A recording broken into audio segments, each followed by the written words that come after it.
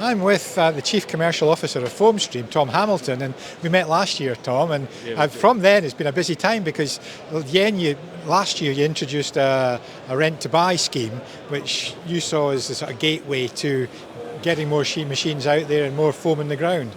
How's it gone? It's gone incredibly well.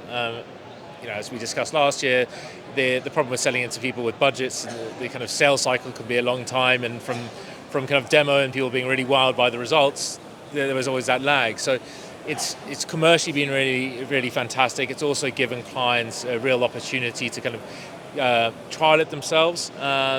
So it's been fantastic, and it's kind of been one of the key ingredients to what's been a fantastic year for Foamstream across the UK. And what has been the percentage of those people who started off renting going on to buy their machine? Over 75%. There's very few scenarios we've had whereby people have rented it, trialed it, and have decided, no, we don't need that. So, it's been, as I say, a huge commercial success. Some of the people haven't converted to purchase, but are still going to continue to rent. And again, we don't really care. All we care about is making Foamstream as accessible as possible.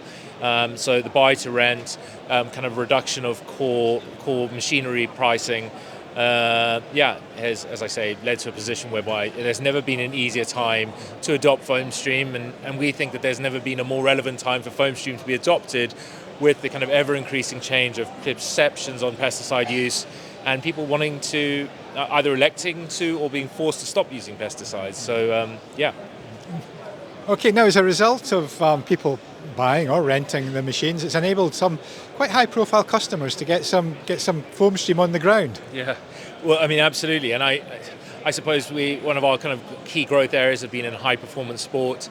Lots of kind of leading Premier League football clubs are now using Foamstream on artificial surfaces, and also they're kind of utilising it for kind of cleaning in and around both the stadiums and in their kind of training grounds. That's great. We've private estates, another growth area for us. From this year we took on Balmoral as a customer, and so from big to small estates, the kind of desire, what I like about what Foamstream offers is these people who want to reduce herbicides, and here with Foamstream is a commercially viable tool that they can use to do that, and the areas they're using it for are everything from the kind of landscaping beds to cleaning greenhouses, walled gardens, gravel driveways.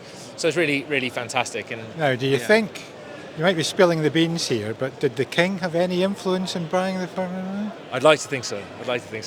Say no more. We'll read into that how we may. Exactly. So going forward, going into 2025, what are your hopes and aspirations for the next year?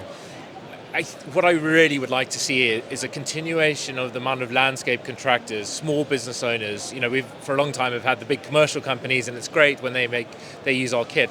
But I really love the economics of Foamstream really work for these kind of entrepreneurs, smaller businesses who can pick up a Foamstream, and the cost of the machine running per hour versus the cost that they're getting either on an hourly or the day rate makes this machine an incredible investment. They're making their money back in less than 100 hours of worked hours. So, it's a highly profitable machine which speaks to their customers' needs.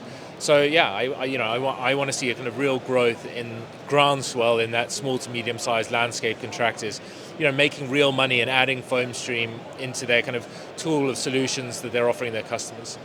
Well, it sounds very much, you're the Chief Commercial Officer, that your job must be fairly easy, the way you've sold it to me now. Well, it sounds like it, but the devil's in the detail. But it's, as I say, for a long time there's been this desire to reduce herbicides, and there's always been this kind of fuddled way by which people kind of perceive what the alternative solutions are. And it's not one size fits all like you would find with chemical.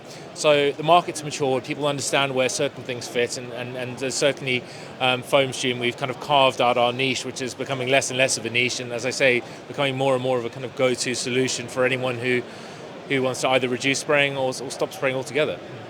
Well, Tom, thank you for going over it with me, and it sounds like it's a good business model there, and thank you very much for a little bit of your time today, and good luck for the rest of the show. Thank you very much, great to see you.